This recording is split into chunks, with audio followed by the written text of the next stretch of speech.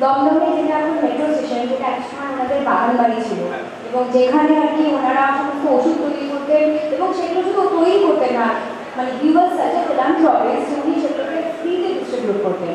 আর আমাদের বাড়ি যদি যান, আমাদের শোভাবাজারের দিকে বাড়ি যদি যান, তাহলে দেখুন আমাদের একটা বড় ওষুধের দোকান আছে, সামনে দুটো হাতি, বড় একটা ওষুধের দোকান, এবং আপনারা সবাই একটা সিনেমায় দেখতে পারবেন যদি নাও যান, সেটা হচ্ছে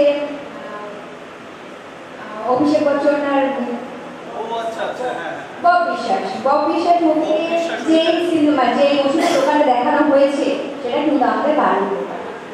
তো যেটা উনি বললেন যে কীভাবে আমরা কনভিনেন্স করি সব কিছুকে, কনভিনেন্স করার দেখুন জেনারেশন ইজ জেনারেশন, জেনারেশন এগোবেই, জেনারেশনের এগোনোই কাজ, মানে সেলের যেরকম কাজ প্রোডাকশন, সেরকম জেনারেশন এগোবেই। তো আমরা কনভিনেন্স করি সেইভাবে, আমাদের যে খুব কষ্ট হয়েছে কনভিনেন্স করতে তা কিন্তু নয়। I completely belong to a nuclear family. এখানে এসে দেখেছি পুজো হয়, জগদ্ধাত্রী পুজো হয়, আমাদের শিবপুরের বাড়িতে দুর্গা পুজো হয়, করেছি সমস্ত কাজ করেছি, এখন সেটা ভালোবাসি এবং ভালোবেসে একদম অন্তর থেকে মন থেকে কাজগুলো করি। শুধু যে আমরা করি তা নয়, মানে আমার একটা ছোট মেয়ে আছে, ও হচ্ছে আমার সম্পর্কে ননদ হয়। তো ওরা ছোট থেকে, মানে আমার যখন বিয়ে হয় তখন ও খুবই ছোট ছিল, 1 বছর বয়স ছিল। সমস্ত কাজ মানে আমাদের বাড়ির প্রত্যেকটা বাচ্চা পর্ব ছাড়ানো থেকে শুরু করে, দুধ দেওয়া থেকে শুরু করে, ধুনো দেওয়া থেকে শুরু করে, এভরিথিং ওরা জানে। ওদেরকে শেখাতে হয়নি, এটা ওরা নিজেরাই শিখে গেছে। কনভিনেন্স করতে আমাদের কোনোদিন কোনো সমস্যা হয়নি, তাই সেটা নিয়ে আমরা কখনো কিছু ভাবিনি। আর দেখুন, যেহেতু একটা জেনারেশন, এখনকার জেনারেশন, অবশ্যই আমরা এগোবো, আমরা নানা রকম কাজের মধ্যে নিজেদেরকে রাখবো।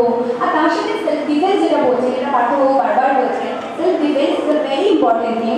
আমাদের বাড়িতে শুধু ও নয়, আমি, আমার মেয়ে এবং আমার একজন দেওর আছে। এটা কেন বলছি বললাম জানো, এই দিকটা কেন ফোকাস করছি? রবীন্দ্রনাথ খুব চেষ্টা করেছিলেন আজ থেকে 100 বছর আগে, জাপান ঘুরে, জার্মানি ঘুরে দেখলেন ইউরোপের মেয়েরা তারা নিজেদের আত্মরক্ষার্থে সক্ষম, তাদের জন্য রিজার্ভেশন, অমুক 3/4 রিজার্ভ করে দিলাম, মেয়েরা এখানে আলাদা বসবে, সিট সত্যি নেই। তারা ছেলেদের সত্যিকারের সমান, সত্যিকারের কথাটা ইউজ করছি, সমান বলছি না, জোর করে সমান করা হয় একটা পেডেস্টালে তুলে, যেটা উচিত নয়, যেটা এম্পাওয়ারমেন্ট নয়। রবীন্দ্রনাথ তাকাগাকি বলে একজন জুজুৎসু স্পেশালিস্টকে আনলেন শান্তিনিকেতনে, তখন থেকে একই সমস্যা। শান্তিনিকেতনের যত শাড়ি পরা মেয়েরা একজনও রবীন্দ্রনাথের অনুরোধে সেলফ ডিফেন্স, আত্মরক্ষা